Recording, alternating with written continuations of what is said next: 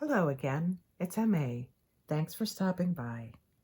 This time I'm going to do a tag K at Amidst the Gray. I've been really digging their videos over the last few days.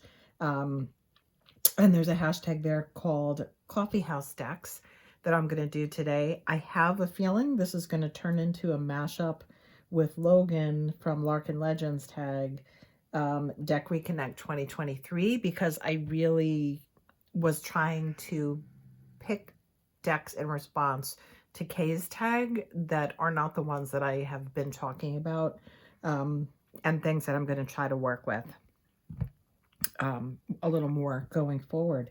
So yeah, let's get started. I'm going to put the link to Kay's original video. It's really pretty hysterical and pretty awesome. Okay, so the way it's set up is that there's a list of various coffee drinks that have a personality and finding a deck to go with that personality.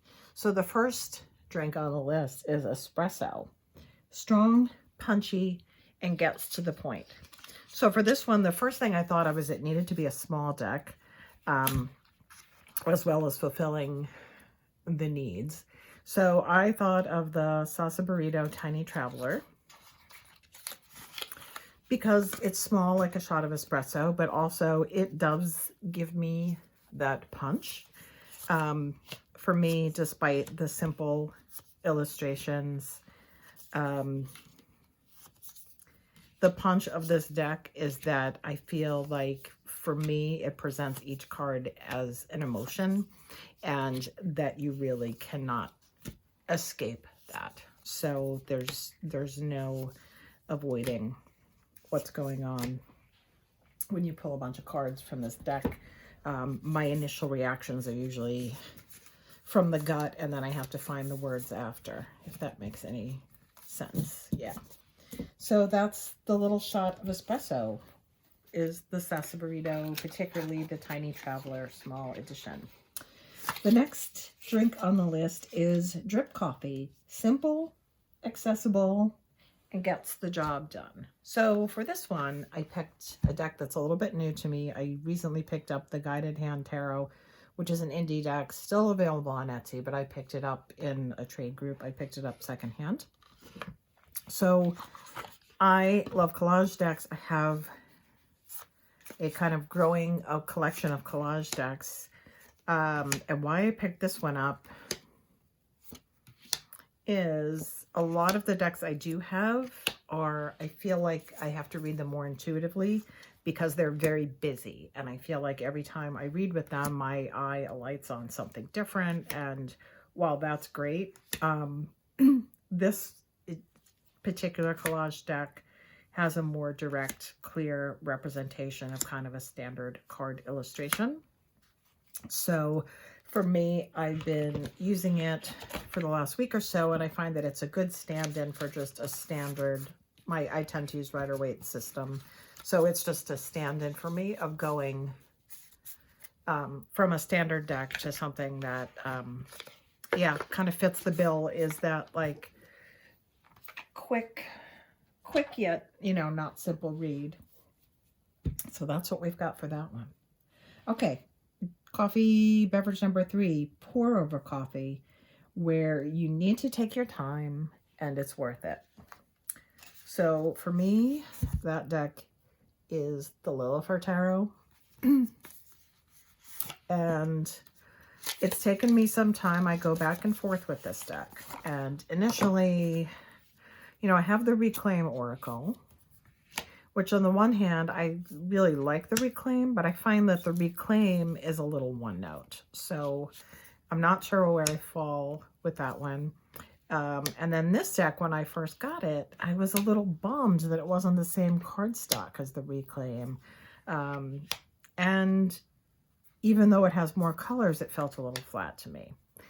So then I was coming around on that, and I actually do like this deck. It speaks to me in a different way, and I think the way it speaks is it speaks slowly, and I kind of have to, it's like me having a conversation with, in my classic New England background, you're asking questions and getting yes, no answers, and you have to keep prodding for more information. My real dilemma with this deck is I find it difficult to tell a lot of the cards apart. So that's part of what slows me down too, is, yeah, what am I looking at? Sometimes there's a number, but it's the wrong number, or it's a number that looks like a letter, and there's planetary signs and all kinds of stuff going on. But yeah, we have like a slowly developing relationship, and that's my pour over coffee choice. The next one on the list is Cafe Latte, something that's well received and highly palatable. This was actually the hardest one for me to pick a deck for. I think I tend to have a lot of decks that are divisive in some way, and I don't say that because I'm cool and I have divisive decks. There's also lots of divisive decks that I don't have, but I tend to have a lot of like the love-hate kind of decks. So I had to think, what do I have? And I realized that the Roots and Wings Oracle, I frequently hear people talk about how it's their favorite oracle, and I must say, and I have the tiny version, you know, it's just really effective and, you know, beautiful again with the watercolors, kind of lovely illustrations, not overly complex, but not overly simple either. And yeah, this is one that's languished a bit, and I'm not sure why. So, you know, in the spirit of hashtag mashup, this is one that I'm going to be keeping out to work with more in the coming months. But I think that is a deck that seems to be kind of widely enjoyed, accepted, and beloved. Alrighty. Next up, beverage number 5, Cappuccino. Classic, sophisticated, and a little fussy. Okay, for this one, I picked the Brady Tarot. Is it classic? I don't know. I think it is classic. It's definitely sophisticated in terms of the rendition and the time and, you know, artistic talent spent designing and making these line of cuts.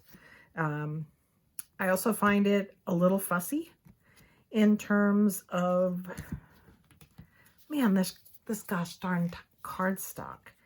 And the first time I got this deck, it was the first kind of more luxurious indie deck that I brought in. And my cats are fighting now, I'm sorry. And I was like, it's so beautiful, it's so beautiful. And it's very hard to shuffle and the cards stick together. So it's a little fussy, and also, you know, it's winter and I like to put lotion on my hands, but because of this beautiful matte cardstock, I can't put the hand lotion on before I use the cards. I'm pretty sure there's grease prints on the box. Yeah, but that's Brady Tarot. Brady Tarot, I think, is my cappuccino. Yum, yum, yum. Okay, next one is Mocha. Rich, indulgent, and a bit extra. Well, it's the time of year where I've got out the Medieval Europe Tarot. Holy, holy, holy everything. This deck is kind of bonkers. It is definitely way over the top. The backs are kind of a psychedelic monk. I don't know. Someone's been nipping at the henbane at the monastery. Every deck is just like bombarding with imagery. There tends to be a lot of deranged cats in the background. And if that's not enough, the little quote-unquote LWB is kind of a faux suede book of hours. So yeah, definitely over the top. Also, the cards are big, and I really can't use more than one card at a time. And gilded, of course. But this is a deck that I strangely find relates so much to day-to-day life. This is one I keep, you know, not in a tarot space, but in my regular living space, and pull one card and leave it out all day because, yeah, it's extra. That's definitely the Mocha. Okay, next up, Cortado. Balanced and objective. Okay, this was also a stretch for me to think about, but I settled on the Superlunaris. This is a photo collage deck. And one of the first independent decks I got. The reason I find it fair and balanced, now I find that it's a really good reader. It's definitely like Rider Waite, you know, scenes depicted.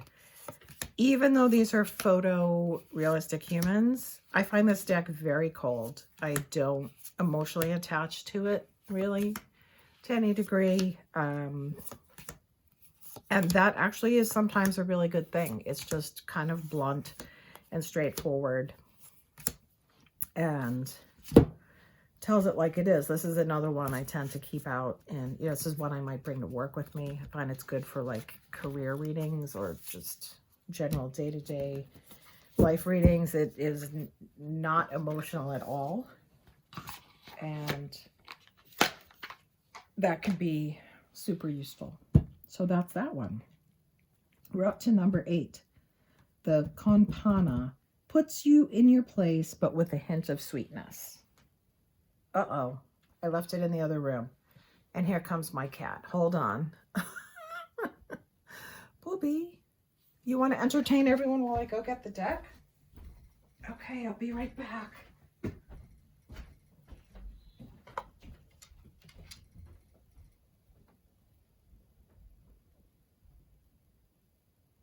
Was that the most awkward pause ever? Okay, I may try my first editing attempt to get that lag out of there.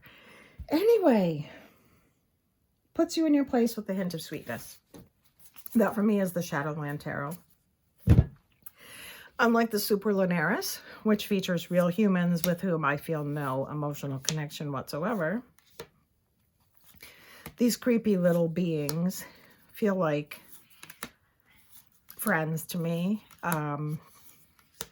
Feel like they would kind of pull me aside and tell me the real deal, and then make me a cup of tea and give me some cake and ask me if I was going to be okay.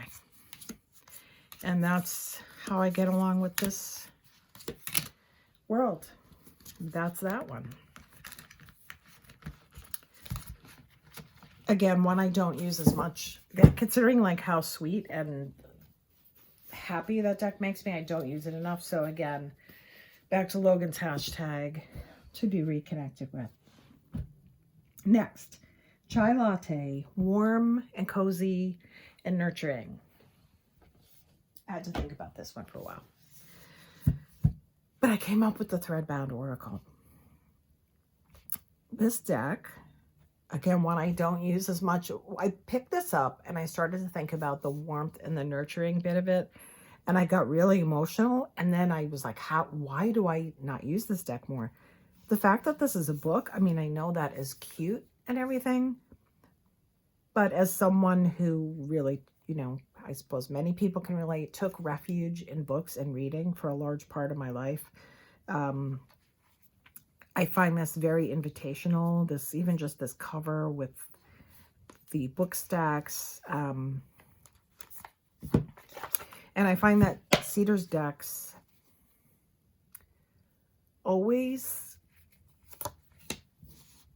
in the guidebooks, like they check in with your emotion. There's a lot of emotional health built into the guidebooks and even into the cards. I think their use of color, I think they're a very talented watercolorist. You know, whether or not you like the particular illustration style, that's up to you, but I do think they're very talented with paint. And this book to me is like, you know, that kind of wise librarian in like middle school or something that sees you stocking a shelf in the library and knows you have questions about something that you're afraid to ask anyone, and kind of like recommends a couple of books to you very subtly. I don't know. That's the kind of weird hug I get from that deck. And it's definitely going in the reconnect pile. Okay. Next one, matcha latte. An acquired taste or unconventional. All right, this is a tricky one. But I've got the Cosmic Tribe Tarot here. First of all, this deck, the production quality, this is a current printing. The deck is originally from the 90s. And the production quality is a hot mess. The cardstock, and I'm not a cardstock snob, but the cardstock is like not great. You can see maybe the edges are a little frayed already from even the minimal use that I've given it. The offset on the borders is not the same on all the cards. So if I ever want to trim it, it's kind of a hot mess. So it already has that going for it. Then throw in that it's just kind of wackadoo, you know, pioneering digital collage art with, oh, by the way, nudity alert if you haven't seen this one. Lots and lots and lots of nudity, and floating eyeballs and rain and knives and barbed wire and agony.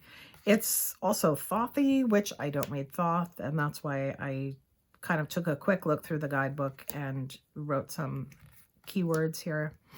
And yet, you know, once in a while I will lay out a spread with these cards, and even though I don't really understand them and I think the world is really, you know, it's not my world, yeah, it just works. But definitely not for everyone. Maybe not for anyone. I don't know. Good question. Okay, a couple more. Beverage number 11. Hot chocolate. A deck that speaks to a younger version of myself. So I had to think about this. And what I decided I would look for is if I had a time machine that I could only use for like 1 minute to go drop something off at my doorstep, and I wouldn't be able to see or talk to myself, what would have benefited me the most to see coming in the future? And where I landed on this was the Queer Tarot. For a lot of reasons. You know, I am someone who just was bucking against so many societal norms at once that it was just a lot to deal with. There wasn't language for a lot of what I was, or it was, you know, I was a younger person in the pre-internet times. It was harder to find your people, and it was harder to find all the kinds of weirdos. And this deck just makes me really happy in terms of everyone's personal expression of themselves, everyone's confidence in the expression of themselves. And if I could have had a time machine and brought myself any tarot deck at all, that would have been great. But I think this one in particular would have really made me happy and kind of felt like a hug from the future the most. Yeah, that's where I'm going with that. Okay, 2 more. Number 12. I don't have 12 fingers. Italian soda. Fun, low-key, and not overly serious. Well, I think I have to go to this one. The Cosmic Sea. And I've mentioned before, despite the saucy name and the fact that the wands are alien probes, this deck is just a great little reader. It's a nice, I love small decks where the imagery is really crisp and simple enough to read. It's only got 1, 2, 3, 4 color tones, but it doesn't feel monochromatic because of the way it's designed, which I think is great. And I think it's just freaking adorable, and it reads really well. You could lay out in a good, like, you know, 10, 12, 16 card spread with this deck. And it's just a great reader, and it's really fun. And if no one looks too closely, it's safe for work. There you go. Okay, number 13, Herbal Tea. The deck that takes things down a notch and helps me unwind.